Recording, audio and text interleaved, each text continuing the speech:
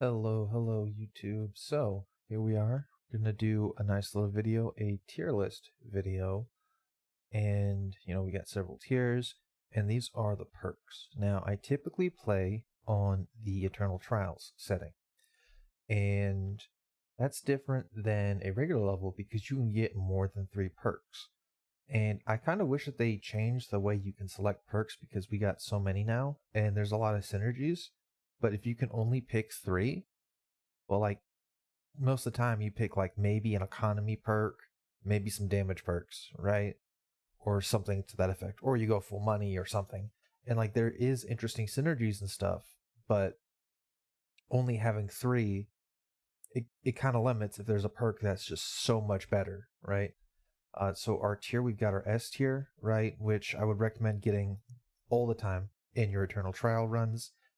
A and B are kind of lesser powered, and you want to pick these just because like they're good. B is like if you have synergy, then you might want to pick it. Otherwise, just skip it. Niche is like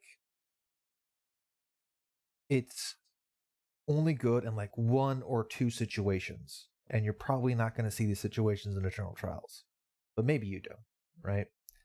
So let's get on with it. All right. So first one is going to be the Pumpkin Fields, right? It's an economy upgrade. And I'm thinking it's solid A. I don't think you always pick it because not every map has mills, but most of them do, right?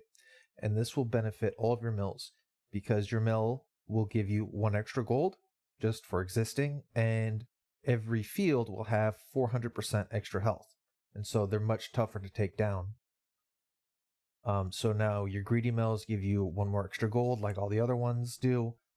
And it's just an extra gold. And if you really think about it, what map has the most mills? I think it's the C map, which has like 5 mills. So potentially this gives you an extra 5 gold. So in terms of like, is it an economy one? Well, sort of, but it's not like it gives you a lot of extra gold. It gives you maybe up to 5 because you've got 5 separate mills, but it ensures that you're going to have your pumpkin fields, right? And the fields don't die. And that's, worth looking into.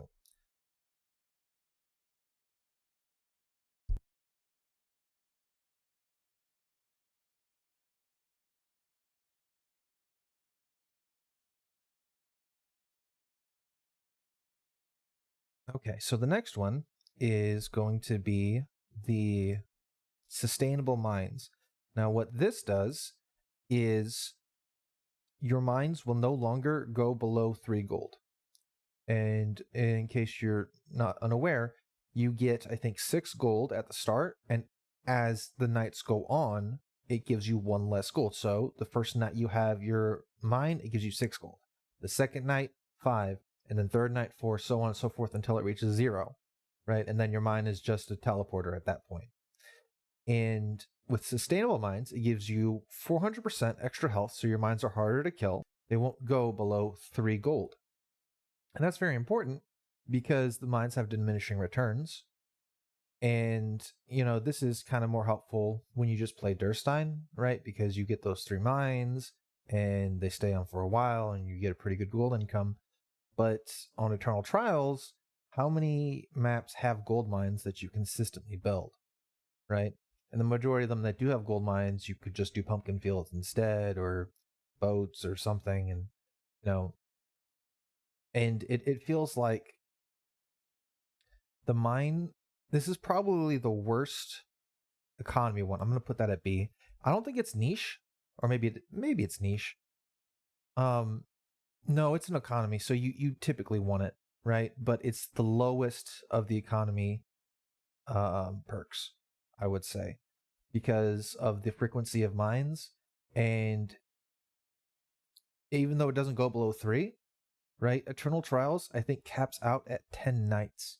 And so even if you built your mine on 1, right, it would go 6, 5, 4, 3, and then night 5 onwards is 3s. So that's 15 gold. So you're getting 15 gold from your mines, but you have to build the mine on night 1.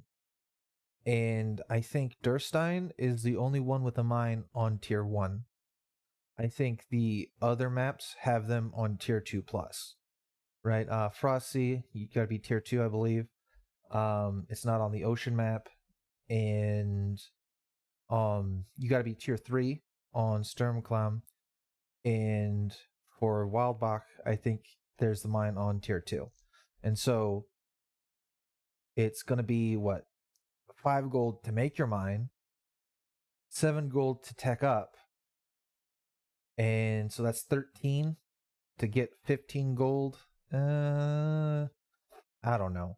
So it's, even though it's 15 gold does sound like a lot, you are investing heavily into it, and I don't really like it, but it is pretty good, right? For like, because economy is very valuable, right? Okay, now next one is going to be the treasure chest. What this will do is it will give you 60 gold, but split up between 3 separate nights. And these will always be the last 3 nights of the run, okay?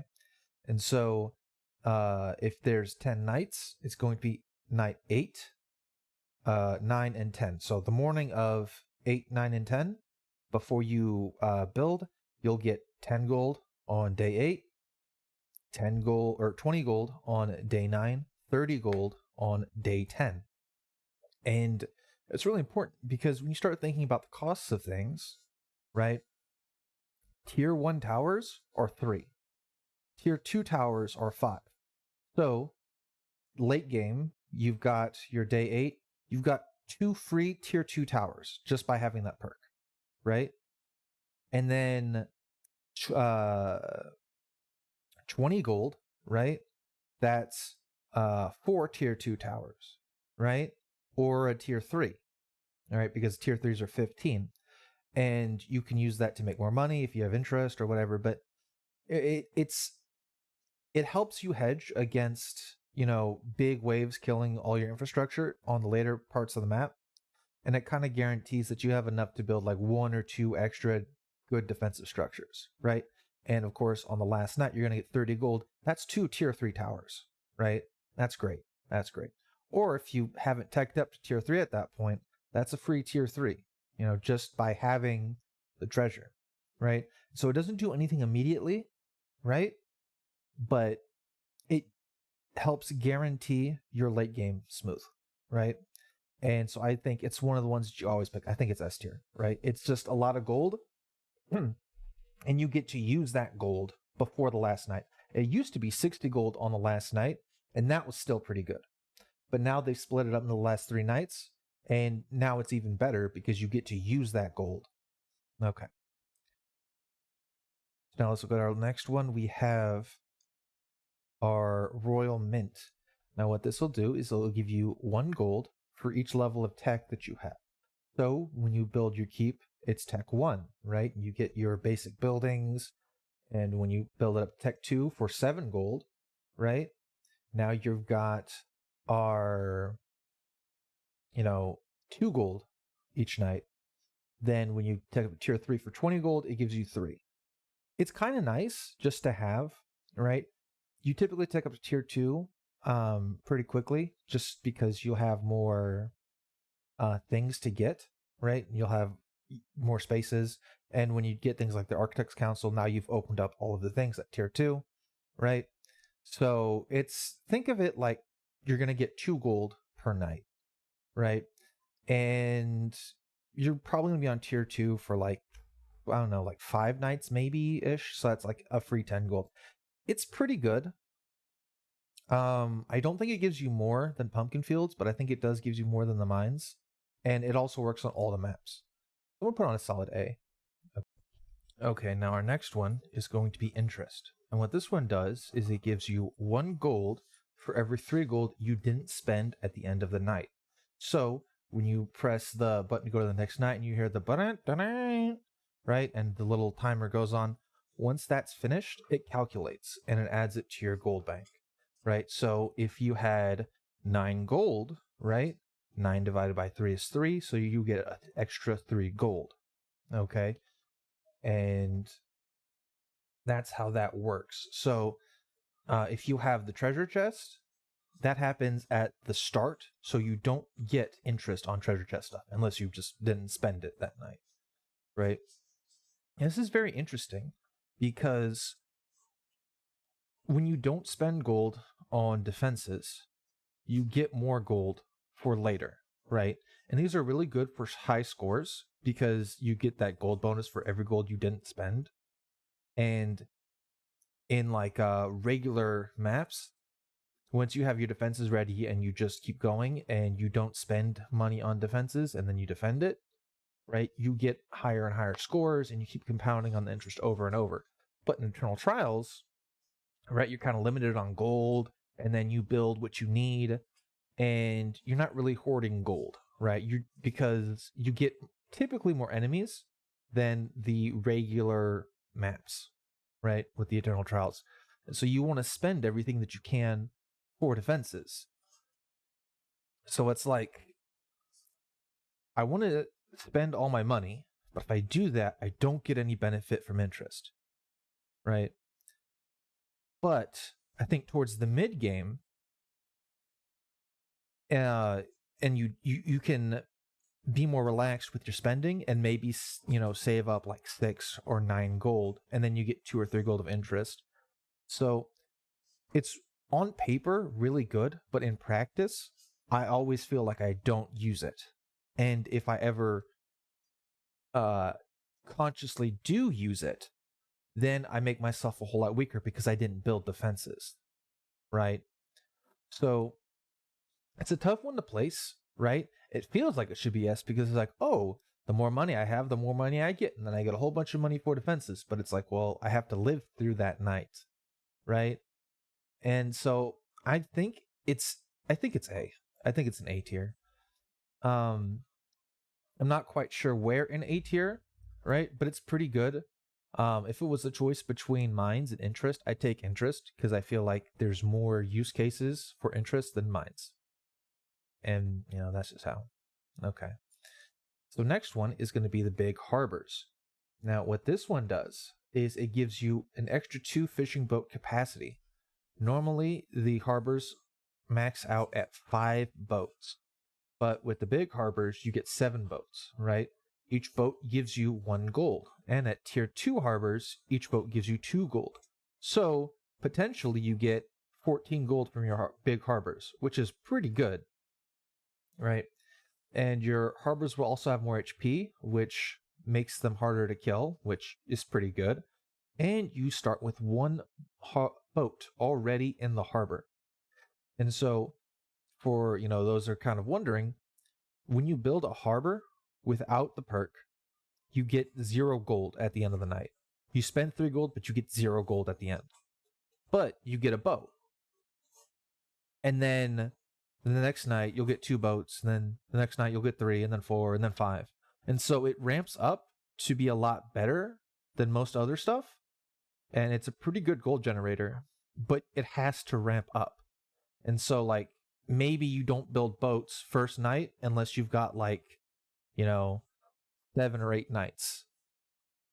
Right? And then if you've got like the 5 or 6 nights because you're still ramping up on your Eternal Trials streaks, then maybe you don't build the boats. But towards the later end of your Eternal Trial runs, and if you're on a map with boats, you want to build them first and protect them because they do give you a lot of money, right?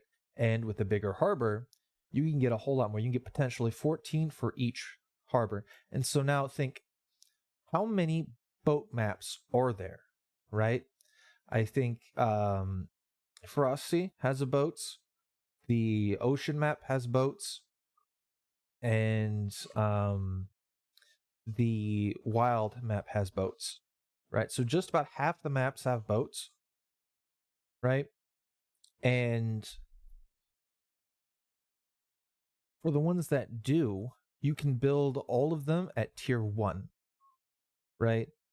Or well, you can build at a location. You can't build at all locations tier 1. I think on Frosty you need to be tier 2 before you build the side boats, but still, right? it's relatively easy to build and typically easy to defend, right? And on the ocean map, you build one bridge and a boat, and that's a 5 gold investment. But then it just sits there and it keeps making you a whole lot of money. And on Eternal Trials, they typically don't have flying waves taking out on the right side of the ocean for the ocean map, so that's pretty good. I think I'm gonna put them A. I don't think they're S.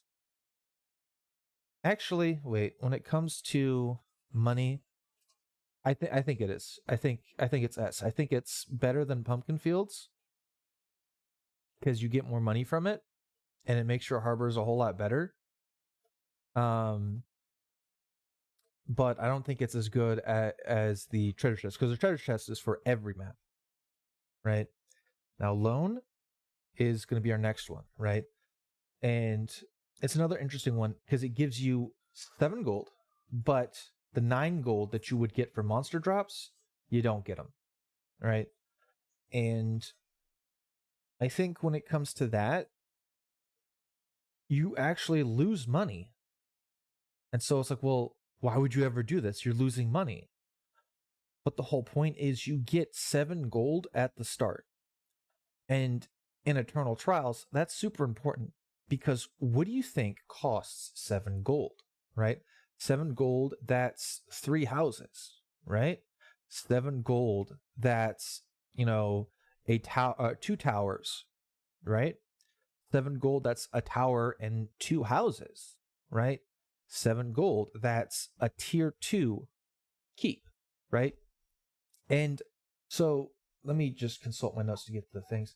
The keep has 100 hit points at level 1 and 300 hit points at level 2. You're going to triple your keep's health just by picking loan. And it guarantees that you have enough money to tech up because you get 7. And so really loan isn't, oh, well, I've got 7 gold. It's, well, I've always got tier 2. And that's really good in Eternal Trials. Just always having tier 2. Now you are kind of, making less money, but if you can guarantee that your keep lives, you can make money other ways with things like houses and pumpkin fields. Okay. And I think this is the other money one. I didn't put it up there for some reason, but this is going to be, what is it called? Resilient residences. Houses have more health. It doesn't say on the tooltip how much, so I don't know. And they always pay taxes after dying, right? And so this is pretty good, right? Yeah, I think it's better than interest. Because you can build houses on any of the maps, right? And if they get destroyed somehow, you still get the money, right? Now, typically they're already sequestered, right? And they're near your keep or in a defensible place and they don't really get hurt. And so it's usually not an issue. But on certain maps like the ocean map, you can start building houses wherever. And even if they get taken out, you're still getting the money from it. And so this guarantees your income. And so I really like it. I really like it. It's pretty consistent and also more house health, and it has synergy with the other house perk, right? So I like it.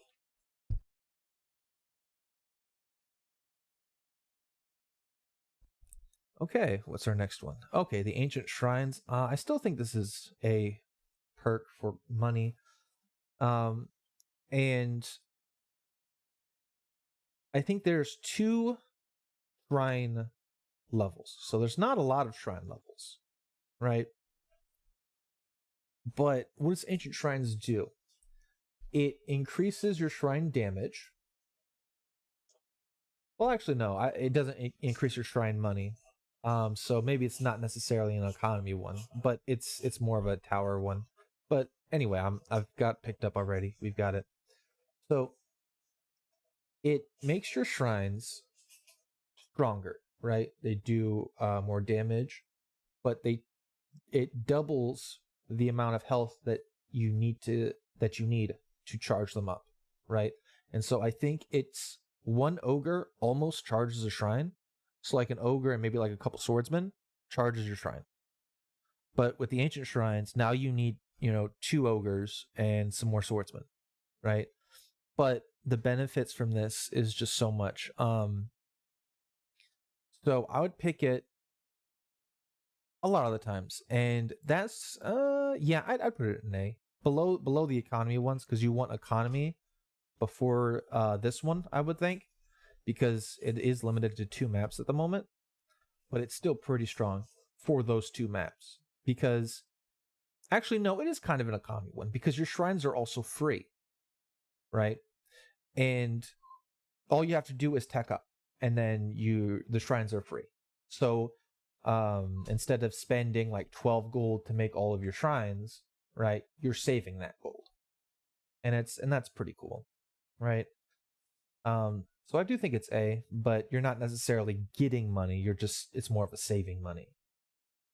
Okay. Now, what's our next one? This one is the anti-air telescopes. Pretty neat, right? So flying enemies have a quarter less health and do a quarter less damage, right? And that's pretty cool, but it only goes for flying enemies, and there's not too many flying enemies. I know there's the wasps, there's I think they're called bloodwings, right? They chase after your units. They came with the new map. And then I think they call them furies, the big bugs that, spit the bombs. I call them bombers, but that's like 3 units. So it is pretty niche, and I'm going to put that in the niche category because it's pretty good. Like they do 25% less damage, and they've got 25% less HP, right? And that's basically, when you look at your mutators, there's the one that's got the little banner on it, and it reduces the enemy effectiveness. It's like you have that cheat on for all the air enemies. That's pretty good, but it only goes for air enemies, not everyone else. So it's niche. It's niche. I wouldn't, if you saw this paired up with like some other perk, I probably wouldn't take it unless the other perk was pretty good. And then or if the level it's on is a level that you really, really like. And it's like, okay, I'll just pick up this perk because it's there. It's not something you go out of your way to pick, right? If I saw like a harbors or a treasure chest, those are something I want to go out of my way to pick. Okay. And our next one is going to be the archer skills. And this is a pretty good one because all of your archer units have a 60% range and their projectiles are 60% faster, right? And faster projectiles means you do damage faster and you hopefully kill the enemies before they get to you. And that's really good. And your archer buildings, right?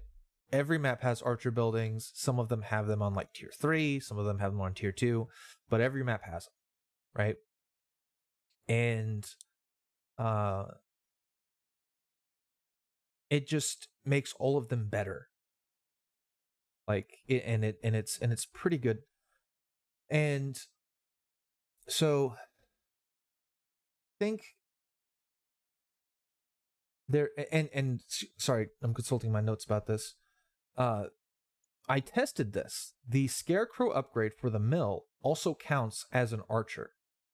So the 4 archers that you build from your archer range, I think the lizard that you build from the hero pool, and the scarecrows from the mill, all of them, they shoot faster. Or not shoot faster. They have faster projectile speed and they have more range, right? And you can hit things from across the map. And it's pretty good. I don't think it's B. I think it's a low A. It's either low A or high B. You know what? I'll put it as a high B, just because it's just archers and scarecrows. Okay. Our next one is going to be the Arcane Towers. Now, every map, you've got places to select towers. And what Arcane Towers is going to do for your towers is gives you a 20% range and 33% more damage on your towers, right? So tower range is huge, right? Because you can start hitting them before they get closer to you. And there's a lot of melee stuff. And you can use that to outrange some of the range things. That's pretty good. And a 33% more tower damage. Now, let me check the notes again, because I wrote down specifically how much you get from upgrades. 1 second. Right, and so when you research an upgrade for, like, let's say you researched a ranged upgrade, all of your ranged units get 20% extra damage, right? This gives you 33%. So it's like you already have the ranged upgrade for your tower. That's pretty good. That's pretty good. I'll put that as A. I think I'm going to put that ahead of the shrines, right? Every single one of your towers, it's a pretty good damage upgrade. And it also scales well with other blacksmith upgrades, right? Typically, with the Eternal Trials, since they've only got 10 rounds, you don't get all 3 blacksmith, right? Typically, you don't, because you have to build it like first or second night, and then it takes like 3 days to research, unless you have the faster research, right? If you have the faster research, it's less time and you've got more wiggle room. But if your thing dies and you don't have the Relentless research, right? So typically you're not getting tier 3 upgrades for attack, right? Maybe you get one attack upgrade and then like other ones are defense upgrades because they're easier to research. But for the attack upgrade, right, that's a 20%, but Arcane Towers gives you 33%. That's like 1.5, right? So 1.5 blacksmith upgrades. That's pretty good. I like it. So our next one is going to be the Architect's Council. And what this will do is you're limited with what you can build, right? So after you build your keep, you're on tier 1, and there's just a few plots that you can build on, right? Maybe there's a few housing plots, and then you're locked on building the other houses until tier 2.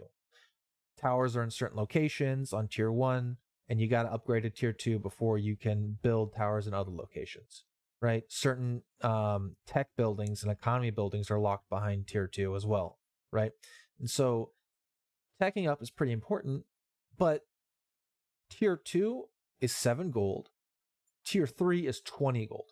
That's huge. That's almost 3 times the amount to go to tier 3 from tier 2, right? And so you're not going to go tier 3 pretty early, right? Because you're going to invest in your infrastructure. You're going to invest in your other money-making things, right? Your mills, your boats, your houses, all your towers, your defensive stuff.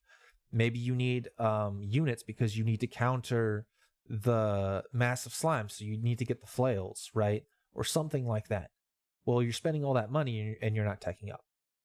But this helps because on tier 2, you have access to every plot, right? And certain maps, your walls are locked behind tier 3.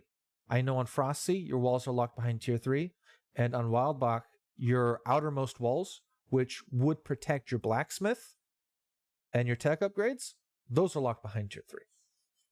But with Architect's Council, they're locked behind just tier 2, right?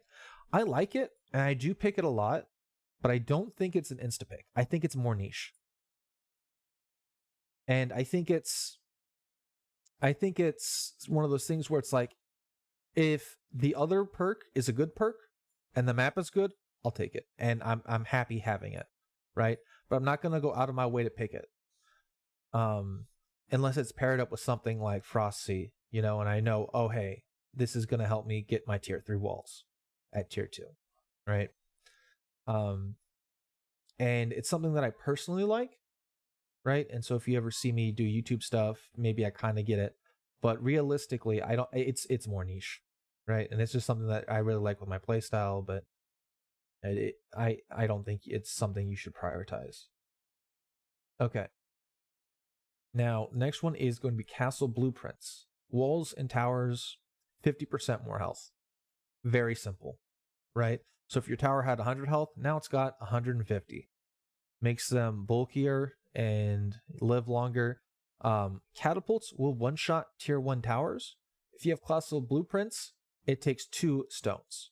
And with their slow rate of fire, that can save you, right?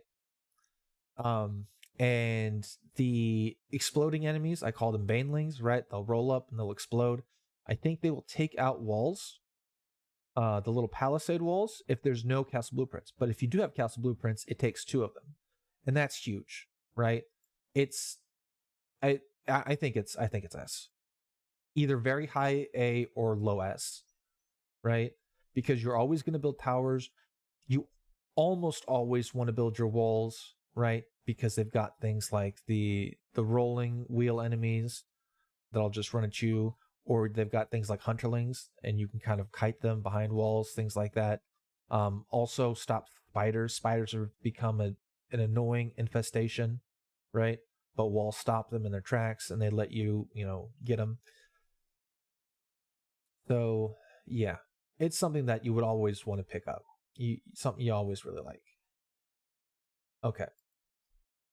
Now, our next one is going to be the castle fortifications.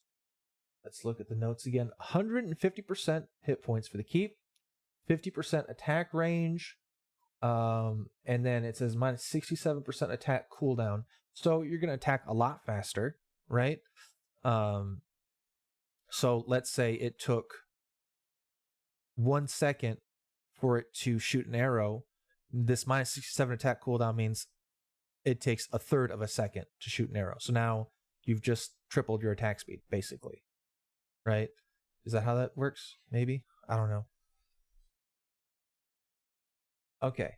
But anyway, it makes it attack faster. And, that's something I really enjoy with the extra attack speed, especially early on.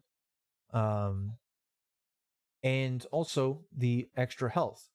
At level 1, your keep has 100 health. At level 2, it has 300 health. And at level 3, it has 700 health. So with the fortifications, it has 150 hit points at level 1, right? 450 hit points at level 2. And then at level 3, it would be 1,050 health, right? And I think that's the most, of any building, even with any of the upgrades, even with like wall and tower scaffolding. Although wait, I think healing towers have more health than the keep at that point. But the point I'm trying to make is it makes it very bulky and it attacks very fast. And the only building that has to live is the keep, right? And it's super important that it lives. This is S tier. This is S tier. You want this almost all the time, unless you're going for like a specific build and it's like the choice between the castle fortifications and then part of your build, right? You almost always want this. Or if there's like you get 2 economy perks or this one, right? Then it's like, okay, right? But you almost always want to pick this one. This is very, very strong. Very, very strong. All right, and the next one will be the Elite Towers. And what this does is it shows a little white diamond on the tower when it has the Elite status on it. And towers get the Elite status when you build them and when you upgrade them. And let me check the notes again on how good the Elite Towers are. Yeah, so 65% more damage, right? That's what they get when they're freshly built or upgraded. Now remember, a blacksmith upgrade is a 20%. So 65% is 3 of those. So it's like when I built that tower, I have a fully upgraded ranged damage on this tower. That's huge. It was 33% for Arcane towers or something like that. So this is twice that. So an Elite tower is twice as strong damage-wise as the Arcane tower, right? That's pretty strong. But the big drawback, it has to be Elite. So you only get it once. And then when you upgrade it, you get it again. And then you upgrade it again, you get it again. So each tower location can have at most 3 elite towers. And so you have to pick and choose which nights you're going to need your elites, you know, and when you want to upgrade. And it's very strong, but I think it's more niche, right? I don't think it's... I'm trying to think. Because I don't pick it very often in my runs, but it's a nice thing to have. And I don't plan my build around this, right? And it's... I basically play assuming I don't have elites, right? And how strong do I need to make my defenses if I'm not going to have elite towers? You know? And maybe one night you're able to survive because you can build the towers, but the next night you can't upgrade them. And so then that side of the, you know, defenses is weaker and you kind of fall because they weren't elites anymore. You know, and it's kind of tricky to get good and use them properly, but I feel like it's more niche, right? I don't think it's, you know, bad or anything. Okay. Next one is wall emergency repairs, right? And what this will do is when your wall takes damage, it will heal itself using HP from another section of wall. And this is global. So let's say you're on the Frost Sea and you're on your tier 3 and you have on either side of the lake, you built your 2 walls, right? And your wall on the left is taking damage, but the wall on the right is untouched. The wall on your left is going to take damage, and then, like, periodically, it will take health from the other sections of the wall and heal itself. And so the other sections of the wall, they'll get hurt, but that one will get healed. And so if you've got, 10 wheels attacking the same spot of wall, it's going to get hurt. It's going to get hurt. It's going to get hurt. But it'll get healed. Now, the healing is kind of slow. So if you got things like ogres, flail ogres, catapults, bombers, exploders, things like that, it's not going to live, right? It's not, the healing isn't going to benefit it. It will try and heal itself, but you're not gonna save it. But it's perfect against things that do little bits of damage, like spiders or peasants, and it really helps sustain your wall. And if you've already got castle blueprints, right, that's even more wall health. And if you build all of your walls available, even the walls that aren't taking damage, right, they're still contributing to the defense, because your frontline walls, which are taking damage, as long as they don't get 1 or 2 shot, they'll get healed from the backline wall health. And that's pretty good. But I'm gonna have to put it at a high B, right?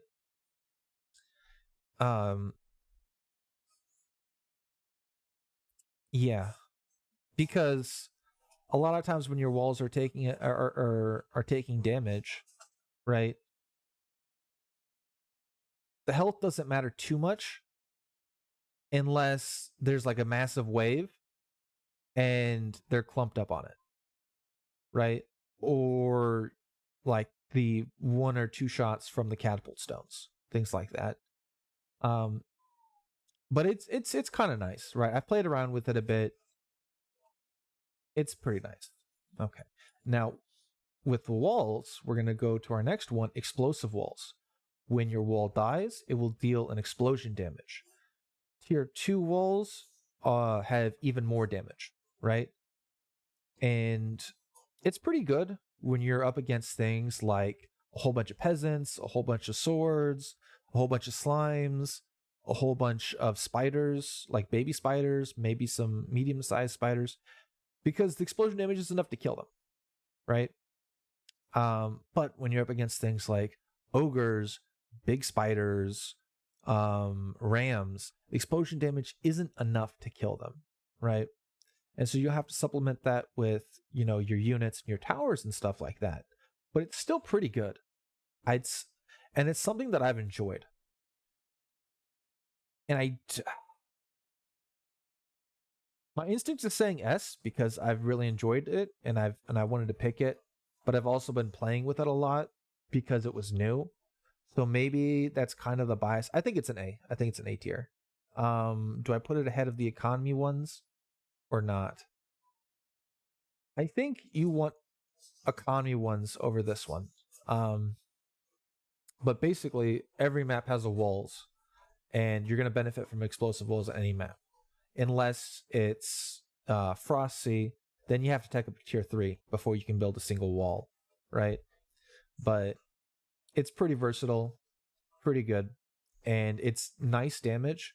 It's not enough to save you from a giant invasion of stuff, but it does do a lot of damage when your walls does fall, and you can clean it up.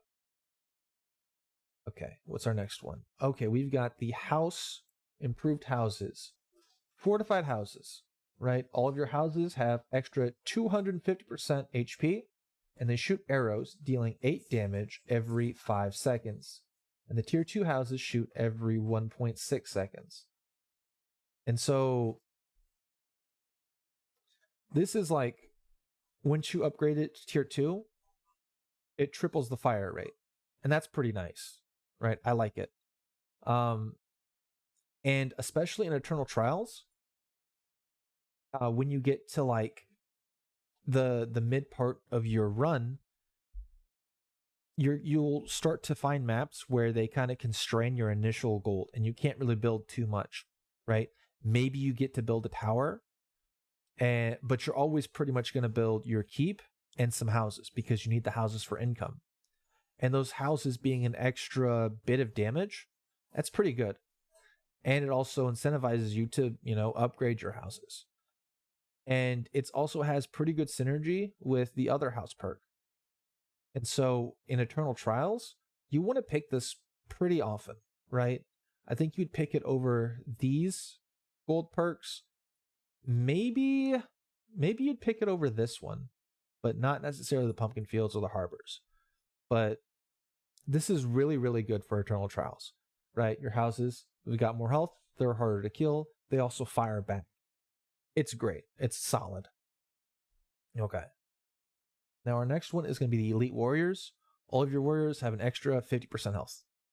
Pretty simple. Nothing crazy, right? More health for your units. Your footmen, whole lot more health. They can survive a lot more arrows, right? Your flails, more health. That gives them more chances to lifesteal. Pretty good, right? Your spears, more health. And it makes them, take maybe 1 or 2 extra arrows, right? And it's really good for like your melees. And it's also pretty good for your archers, right? Because they're going to be, getting into, typically what you want is your archers behind your walls, right? And then they don't take damage, but sometimes they'll have things like witches or the bloodwings, right? And they'll chase after your archers. And it's nice to have bulkier units, right? But I don't think I'd put it up here. It's just a nice thing to have. I think it's better than the archers because it benefits both your archers and your melees. And I think it's better than the wall repairs. Hey, yeah, okay. All right. Now, what do we have next? Commander mode. Now, this decreases your king's power by 60%. 60% less damage. I hate it.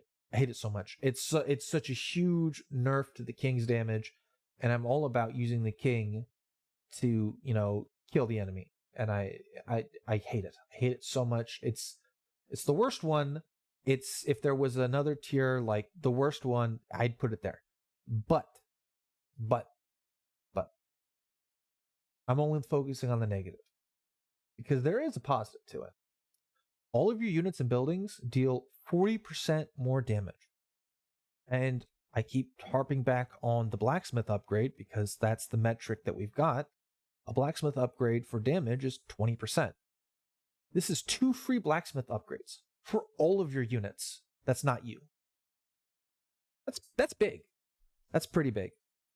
Okay. And realistically, like, if you don't play the way that I do and you build things like towers and stuff, this is a lot of damage. Like when you have your towers, if you have your houses with the improved houses upgrade, if you build your units to counter them, it's huge. It's good damage. I just hate it because it makes my king weaker. It's I don't ever want to pick it, or I turn it off when I get it. But if you look at the numbers, it's 2 free blacksmith upgrades. That's crazy. That's crazy. All right, and that's pretty high. And if your playstyle is you don't ever like using the king, you just like using your towers, it's probably an S for you, right? But for me personally, it's garbage. I don't pick it. But on average, A is where it's solid A, right? Okay, our next one is the Gladiator School. Your units are trained 75% faster. That's a big number, 75% faster. That's huge. But when you think about it, it only happens when your units die. And if your units are dying, then you kind of messed up.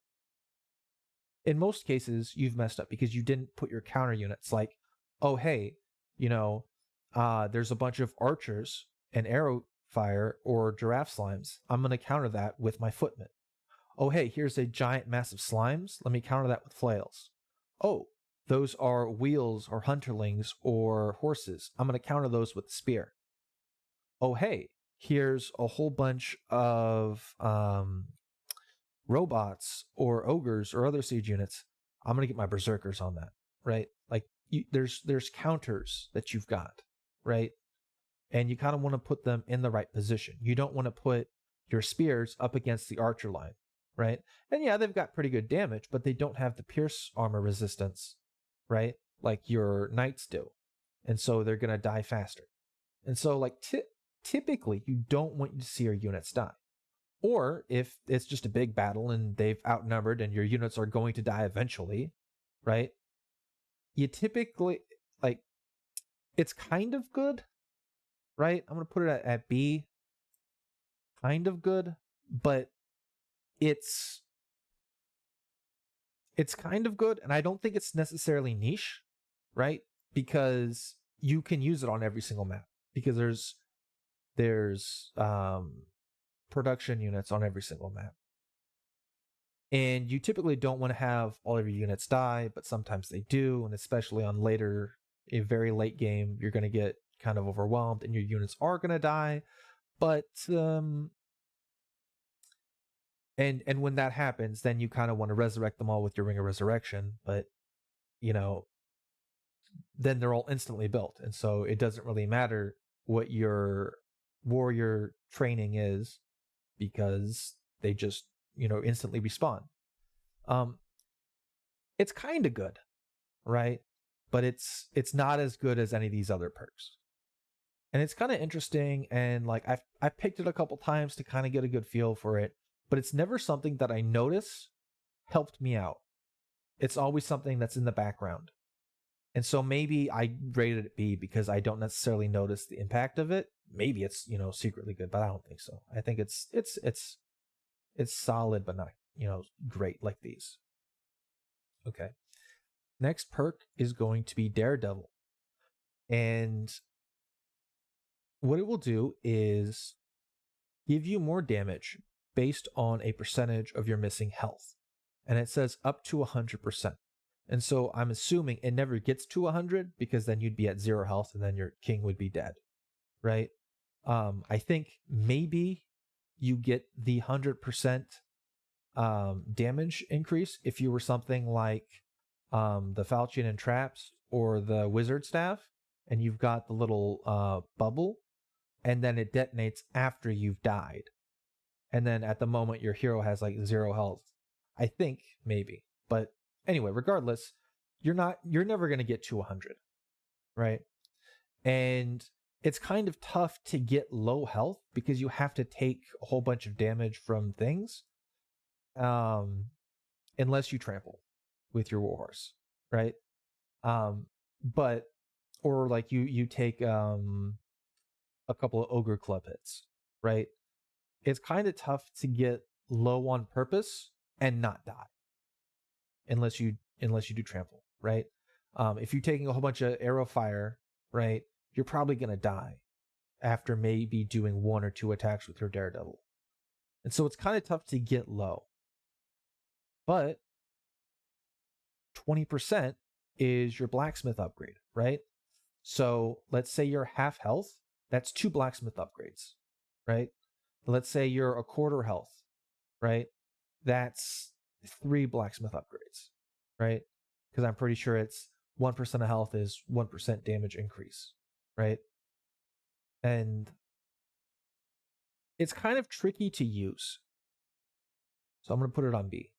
It's kind of tricky to use, but it's free damage for your king, right? And, Glass Cannon, which is our next one, is going to give you 80% extra damage. That's huge. That's crazy. That's 4 blacksmith upgrades. That's 4 of them, right?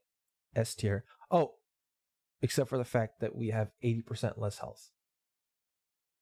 And that's pretty bad. Pretty bad.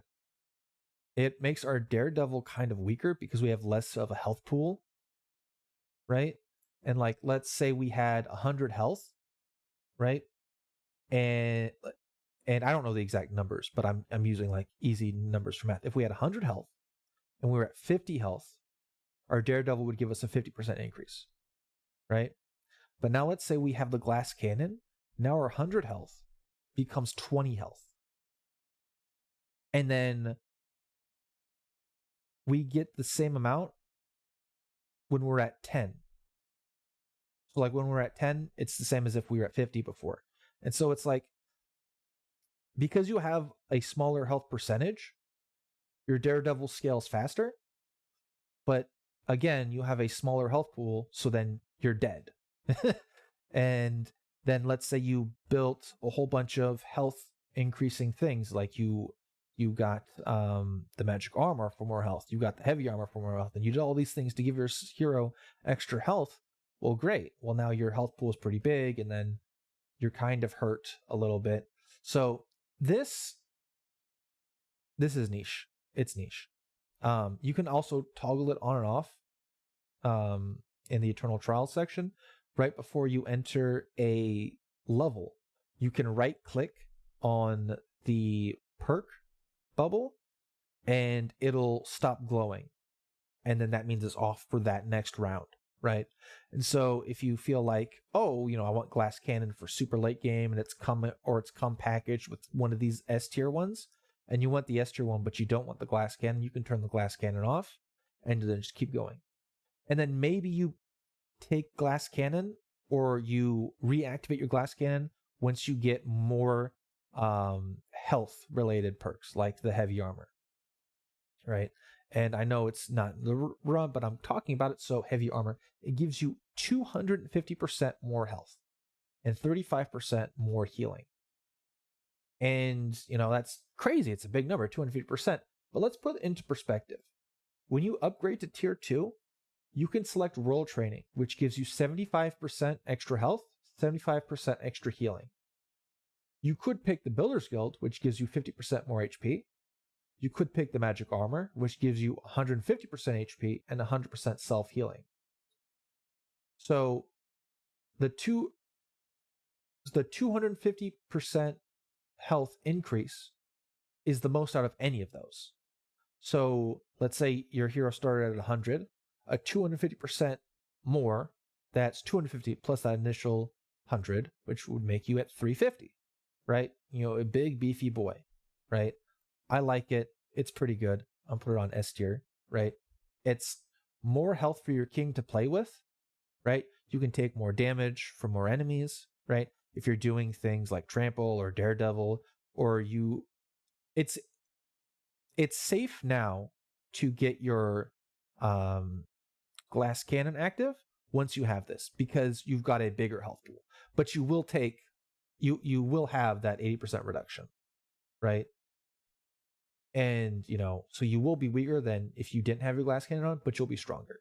And so like this only gets enabled once you have this. and you don't always find this, but I like it. It's pretty strong. Okay, now these next three, they're all healing related. Okay, so we're gonna look at this one first, health potions. And what it will do is it will give you 2.5 health per second.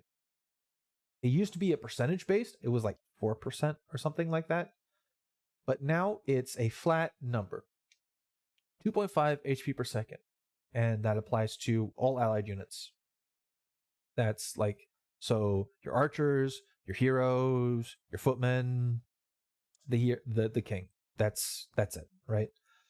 And it's really good when you want to dip in and out and skirmish a lot and take enemy fire and, you know, take the attention of the enemies away from your buildings, and then you just back off a little bit and then you heal.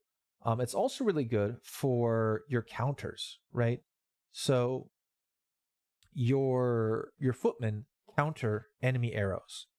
So when they've got archers, when they've got crossbows, when they've got the I think they're called quick slings, but I'm going to call them mortars because that's what they are. When you face those things and you have a footman, they have the arrow resistance. And when they take some damage and then they keep healing 2.5 every second, that's like an extra couple arrows before they die. That's pretty good. And it definitely helps with their tankiness, right? And before, 4 footmen could take on about 6 quick slings by themselves with health potions. But since the change, I think they can take on 5. But anyway, it's pretty good, and it's a nice thing to have. But I'm gonna put it at it's a high B. I think it's higher than Daredevil. It does benefit your units, but it benefits your units more than you, because your units have 0 health regen without it. And I think this is the only way to get units health regen, right? And healing is kind of limited. Actually, you know what? Because healing is limited, it's a low A. Because I'm going to rate it higher because healing is scarcer. And typically you don't want to build a healing tower, you want to build a damage tower, right? And the wizard is only available for certain maps. And, you know, maybe you don't want to build your wizard. Maybe you want a damage hero instead, right? And it's healing is more of a premium, right? I don't think it's an S. I don't think it's an insta pick every time, but it's pretty solid, right? And the more I talk about it, the more I realize that healing for the non-king is pretty crazy, and it's really limited, right? And you know, think to yourself, how many nights have you finished and you see your army and they're like really low, or they've got half of their health, right? And that's because they don't regen. And you know, let's say your army finished defending their little lane, and then you want to position them to another section of the battlefield, right? They're going to be healing while they're walking, and then they're going to be even stronger. And so this is pretty good, and it's better than I thought it would be initially when I started the video. But I don't think it's S tier. Okay, now let's think. What's our next one? I think it's called like God's Lotions. Yeah. And you regenerate hit points 110% faster, and you start healing 50% faster. And so there's a 1 second delay after you take damage before you start regenning again. With the God's Lotion, it's half a second. And that's pretty good. And especially if you're the skirmish style that I love, where you run in, do some damage, you take the enemy's attention away from the buildings, you run away and you disjoint the arrows and projectiles, and then you run back in, right? Well, you're going to be taking damage while you're doing that. It's kind of impossible not to take damage if you do that, right? You're going to take damage somewhere. But if you take too much damage, then you can't do that. And then you can't take the attention away from your buildings. And you just want to be in the fight more and more often. And this facilitates that. That's pretty good, right? And then this one is healing spirits, which increases healing by 65% for all of your units, right? So the healing spheres from the wizard and the healing spheres from the healing tower, they're, 65% better. Your self-healing is 65% better. And remember, what was it? The Builder's Guild gives you, the magic armor gives you 100% self-healing, and the heavy armor gives you 35% more healing. And a 65% more self-healing, that's like 1.5 heavy armors, right? So this is better for the healing than heavy armor. Heavy armor gives you more health, right? And it's pretty good. And the 2.5 health regen for all of your units now becomes about 4 with this. And so this is really good synergy with the other healing one. But by itself, right, it's not that good because it just benefits you. And it's all right if it benefits you, but there's other sources of self-healing you can get, right? So I'm going to put this one at niche, right? There's not enough healing sources for this to be, a B or an A. It's more niche because it's limited on what you can synergize it with. Okay, ice magic is niche, right? I don't think anybody would ever, argue with me on this. Ice magic is niche. Okay, but now let's talk about it, right? So the ice magic will make the slow 200% longer, and the enemies are 40% slower. And so let's say their movement speed was like, okay, I'm going to do easy numbers again. I don't know the exact numbers, but let's say it's a 10, and then when you hit them, it slows them down to like an 8, right? So that's a -2. Well, 40% of the, whatever. Numbers are hard. Forget about what I'm saying. Basically, they get real slow. That's what it is, right? And the slows are 200% longer. But now, what are the sources of slows? And slows only happen to fast enemies, enemies that are already fast. And I think there's like 4 or 5 fast enemies. Off the top of my head, I can think of the Hunterlings. I can think of the Wheels, the Banelings, the Horses. That's 4. Oh, and the Spiders. All the Spiders are 5. And since there's 3 spider variations, so there's like 7 of them, right? The majority of the enemies aren't fast. And so if you hit them with your spear or with a spearman spear, then they're not going to get slowed down. And so the ice magic is like, well, if you're facing a lot of spiders, you're facing a lot of wheels and hunterlings, okay, that's great. Now they're really slow, right? But like everyone else, nothing happens to them. And when you lay down the caltrops, I think the game calls them barricades, but it will slow down fast enemies for you when they run over it. That is great. And that is where this shines, right? But not every map has those. And when you do build those, it only goes for the fast enemies. And so it's really, really niche. If there was any of these, like maybe you make arguments and say these are higher, these are B, these are A, or these are just so bad that you never want to use them, whatever. This is niche. There's no contention about what this is. This is niche. And as far as I know, there are 2 sources or 3 sources of slowing things. One of them is caltrops. The other one is the spears from you and your spearmen that you build out of the barracks. And the third one is the Wind Spirit Mill. So with the newest change, the Wind Spirit Mill has an icy projectile, and it shoots one of them, and it's kind of, slow fire rate, but it shoots one of them, and it hits an enemy. Oh, and ballistas. Ballistas also slow. Okay. So there's 4 potential slows, right? Not 3. 4 potential slows. There's the ballista, the spears, the caltrops, and the wind spirits, right? Not a lot of sources of slow. Pretty niche, but the slows are 200% longer. That's huge. They're slowed forever. and it's great.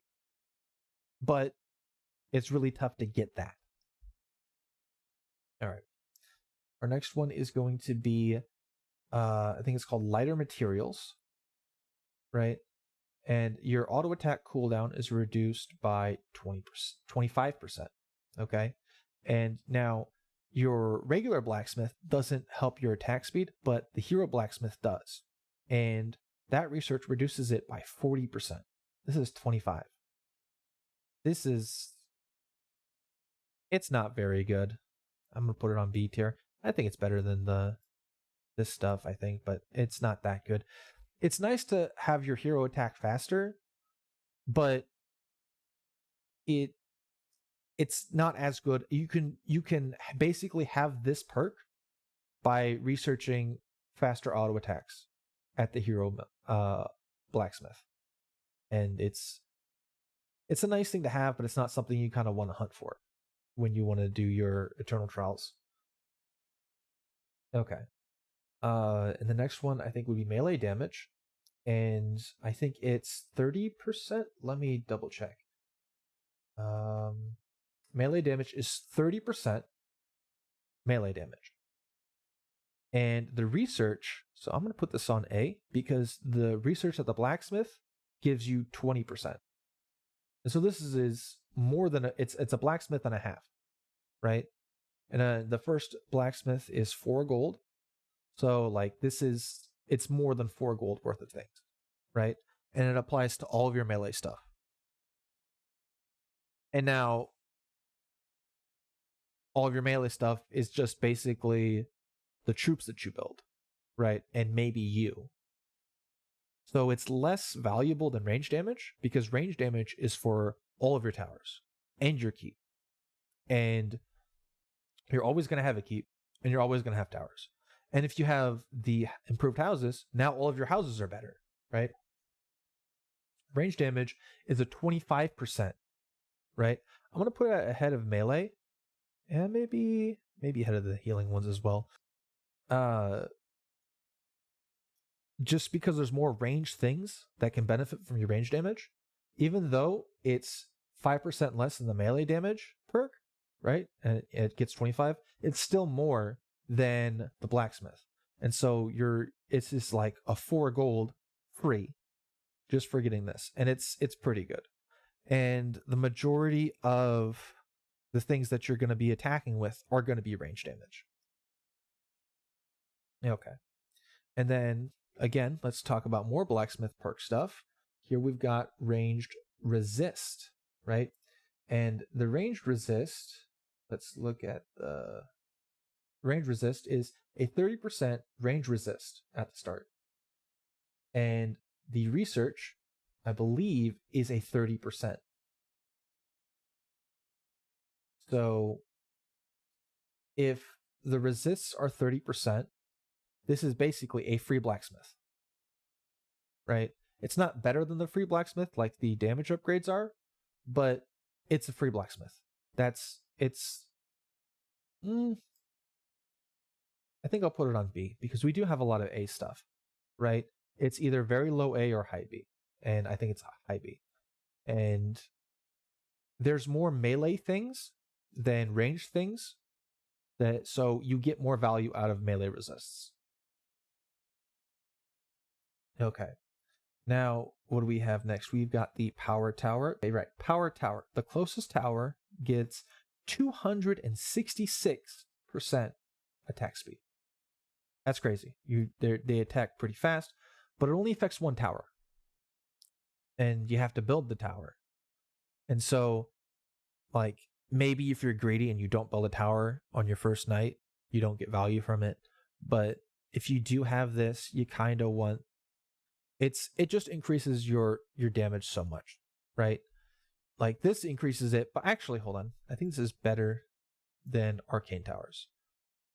You don't get the range of the Arcane towers, right? Which makes these like kind of close contenders, right? But I think this is better because I think it's better to attack faster than to have the 35% damage, because 2 attacks. one attack increased by 35%, right? So that's one thing. And then if you do 2 attacks, right, you've already done more than the Arcane Tower, right, with its 1 attack.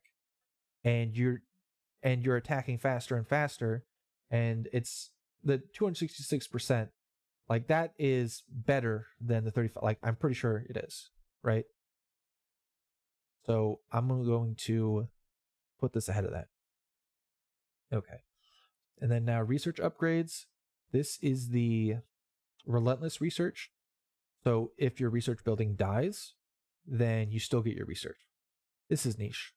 There's only one level that I really would want it on, because all the other research is kind of protected, right? Your research on the Frost Sea is, behind the cliff, right? Your research on the ocean map is on an island. Your research on Sturmclam is on the hill, right? That's all pretty protected. But on Wildbach, they're exposed, right? They're right next to, all of the enemies. And so it's only really good for Wildbach. But once you do get it, now you can start building them, pretty early on and start trying to get your research. And it doesn't matter if your building dies, because you still get your research for it. And so if it takes 3 nights to get your range damage, right? Well, you're going to get it at the end of those 3 nights. And it's kind of guaranteed. But it's pretty easy to defend anyway.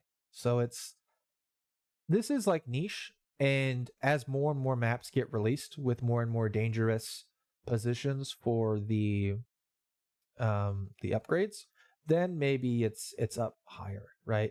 I don't ever think it would become an S, but maybe like a B or an A. But yeah, it's niche. And the next one, faster research.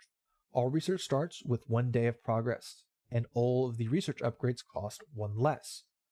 So your melee attacks is 2 days.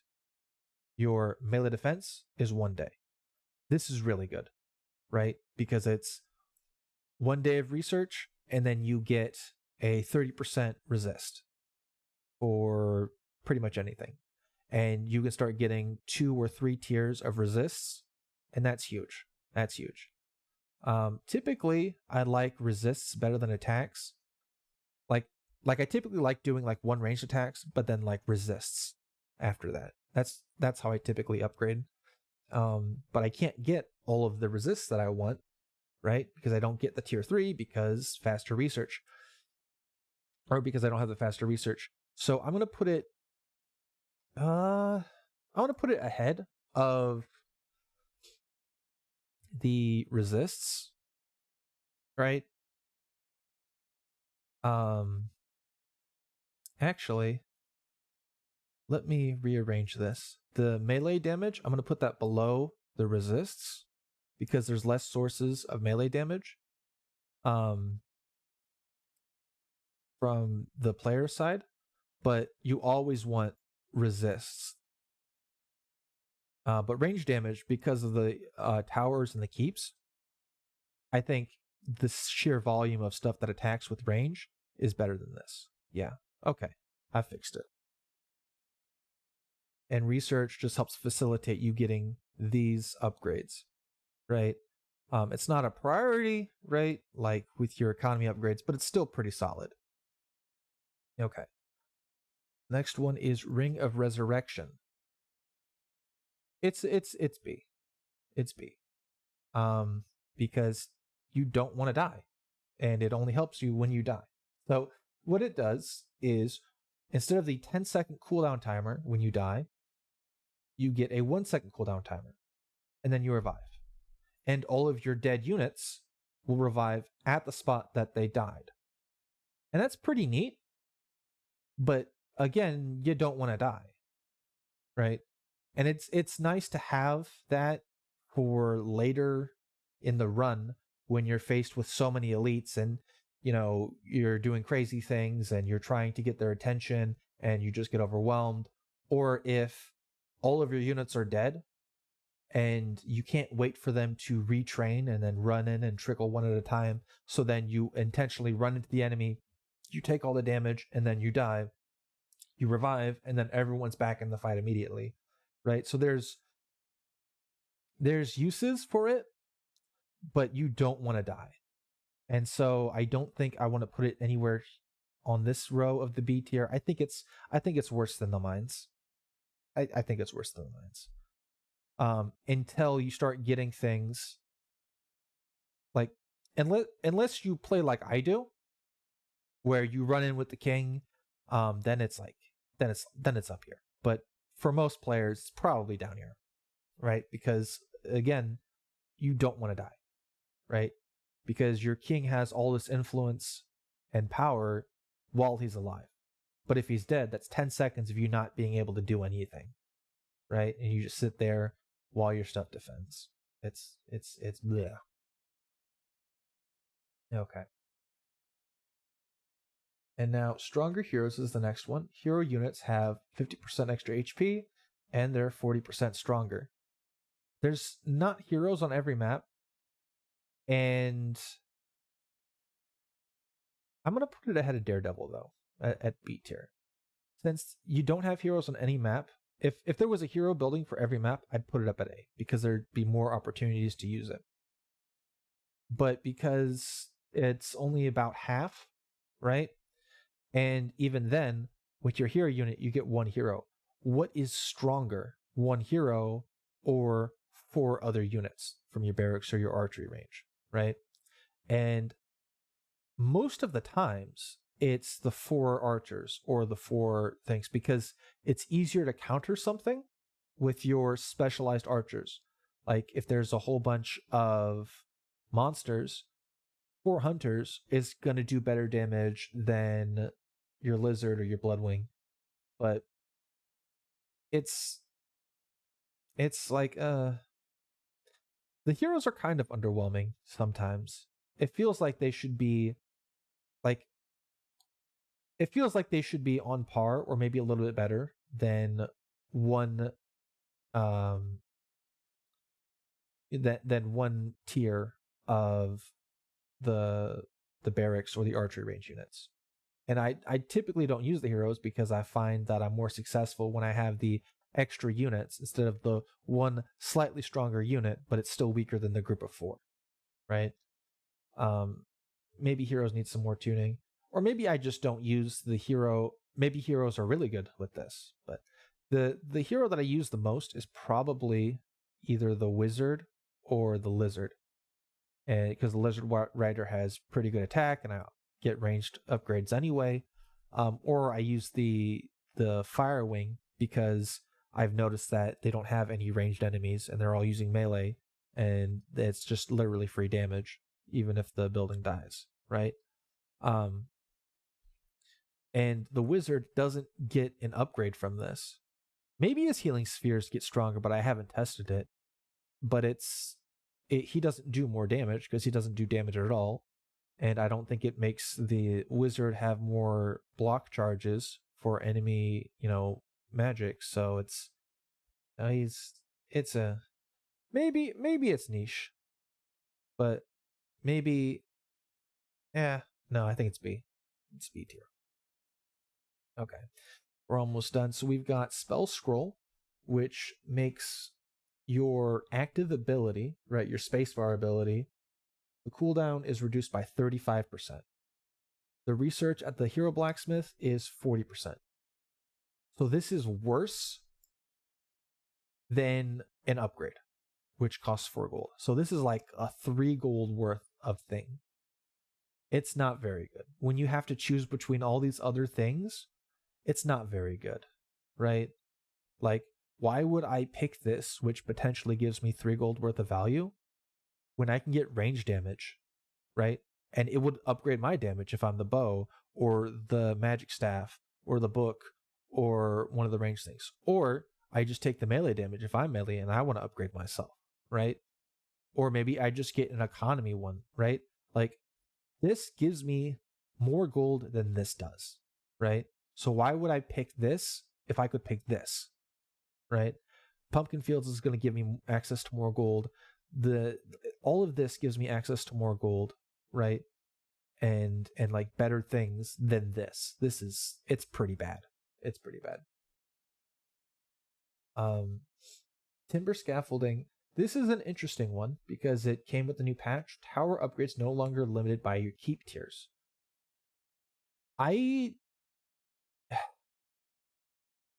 haven't found a good way to use this, so I'm going to put it on niche. I haven't found a good way to use it because I tech up at good times, and by the time I want to start doing late game towers, I've already teched up to tier 3. So it's like, well, why do I want the late game towers early game? It's an interesting idea because it's like, hey, I have more powerful towers and I'm still on tier 1 or I'm on tier 2. But you need to upgrade anyway to get the locations for the towers unlocked, right? And so I guess there is, an idea of, well, I've got the Architects Council and I'm going to pair that up with my Timber Scaffolding, and then I'm going to have tier 3 towers on tier 2, but they still cost 15 gold. And that's kind of expensive, and you're probably not going to have the budget for that until you get tier 3 anyway. And you've got, other sources of income. So it's like, it sounds interesting on paper, but I've never found a good way to use it. So putting it niche. Okay. Now, warrior training. This increases your damage by a little bit each night, up to 100% on your last night. This is pretty good, and it kind of ramps up. And Eternal Trials has 10 nights, right, for the later stages. So 10 nights, and so each night you're getting a 10% increase. So every 2 nights you're getting a blacksmith upgrade for your hero, right? So typically it takes 3 nights to get your blacksmith upgrade, unless you've got your faster research, right? So I'm going to put it ahead of this. This is pretty strong. It makes you stronger. It doesn't make you immediately stronger, but it helps you towards later waves. And it's pretty good. It's pretty good. You just might not notice it immediately when you first build it. When you first pick it, because the first night after you just picked it and it's fresh in your mind, oh, hey, I picked it. Let's see how much stronger I am. You're not stronger. You're not stronger. But then the next night, you're going to be stronger. And then the night after that, stronger and still. And it helps you scale into the late game, but it's not very good early. But if you think about it, you're getting a blacksmith upgrade each time. And the first blacksmith upgrade is 3. The next blacksmith upgrade is, I think, 9. And the blacksmith upgrade after that is like 15 or something. And so that's after 6 nights, you've saved what was it? Like 30-ish gold almost, right? But of course, it only goes for you. It doesn't go for your units. So if you typically use yourself as the main source of DPS, that's a huge increase, right? And there's more value on that. And you'd probably want to put it up higher here, right? But if you kind of use yourself as a supplemental DPS to your units and your towers, then it's kind of less, but there's no downside to it, right? It scales you up. Okay. Now the last one is my favorite one. All right. And it's S tier. It's easy S tier. Now for you and your playstyle, I don't know about it. Maybe you put it here, down here somewhere, but it's S tier. It's so good. It is so good. It's the best. So it does 2.7 damage when you come into contact with the enemy. And then it damages you for a little bit. It's not 2.7. So they take more damage than you do. Now, a lot of enemies have more health than you do, but whenever you come into contact with them, you damage them. And that's so good. And you also have healing. And you can also pair it up with other forms of self-healing. You can also pair it up with maximum HP. And whenever you tech up to tier 2, right, and you pick your royal training, that's an extra 75% health and a 75% health regen, right? And it's so good when you want to just run in the front lines and do a bunch of damage. And it's the best. It's the best one. I love it. It's the greatest. You get to run the king into the enemy lines and just damage them, run away, heal up a little bit, and then run through again, run out. The only bad part of this is if you run into an enemy spear and then you get slowed down and then they damage and kill you before you can start healing up. That's like the only kind of downside. Now, it also gives you a 20% speed boost, just passively.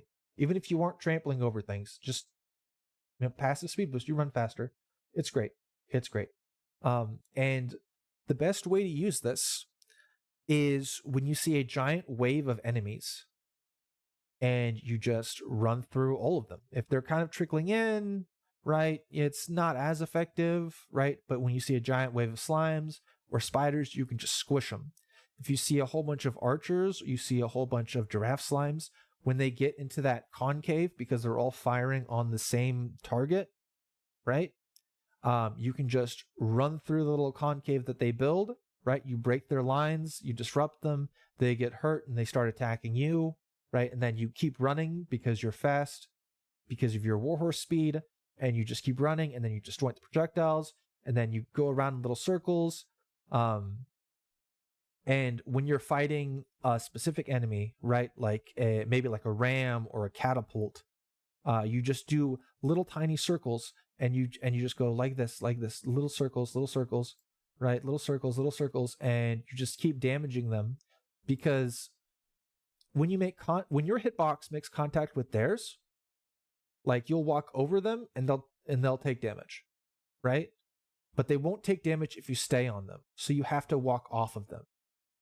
And so if you do these little circles, you keep coming into contact with them and then you keep walking off, and you just keep doing this over and over and over and over and over.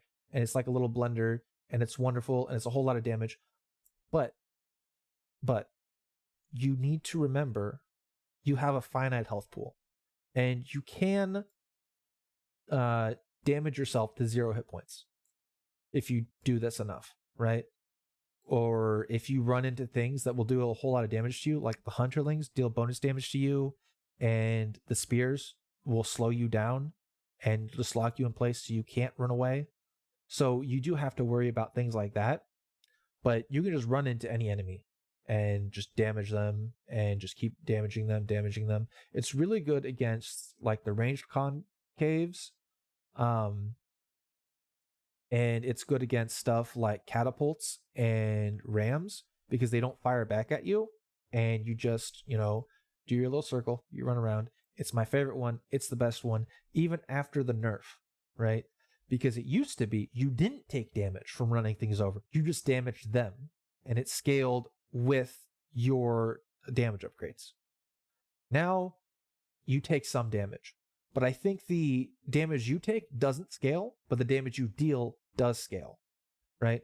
And I tried this earlier. I went into and I had the Daredevil with the Warhorse, and I ran through and I hurt myself, right? Because I hurt myself with the Warhorse. And then when I ran through for the second pass, it felt like I was dealing more damage, and I saw the health bars go down faster, right? So, Trample is very good. You can build a whole strategy around this, right? But if you build your strategy around Trample, you don't really want Commander mode. And if you want Commander mode, you don't really want Trample. They're kind of at odds. And these are like two of the strongest strategies, right? You do Commander mode, you build a bunch of towers, you build some houses, you build your guys, you let them take care of things, right? Or you do Trample, right, with the Warhorse, and you run them over and you take matters into your own hands. I love it. It's the best one. This is my tier list, right? This is for like the Eternal Trials. And I can't really make one for the individual levels, although I kind of could, but you're limited to 3 perks. And typically you want to pick some of these economy perks and then maybe this damage perk or that damage perk, and then maybe something to upgrade your walls. Or you just pick the perks that the developers have made for the quests so you can get the crown, you know? And it's kind of unfortunate that you can only pick 3 perks, right? Because some perks are definitely way better than others, right? And it's like, well, why would I want the Architects Council when I could pick one of these and have, a much stronger, power, and I'm only limited to 3 perks, right? It is what it is, though. So thank you for watching. I do appreciate this. This is kind of a different thing than what I have been doing for a while. I've been doing Eternal Trials, and hopefully that's entertaining. But this is more educational content, trying to get you guys, be a little bit better at the game, kind of evaluate, the perks better. So, talk down in the comments. Do you think this is appropriately placed? Is there something that, maybe on this niche tier, then you're like, no, it has to be S. It's got to be A. Or there's some arguments and quibbling about what this is. Please let me know in the comment section below. Let me know what you think about this, right? Like, comment, subscribe, all that good stuff. I'll give you some more content. Periodically, I want to do educational stuff like this to help you guys get better at the game. But daily, I'll be uploading the videos of like Eternal Trials or levels. All right. Thank you for watching. Bye.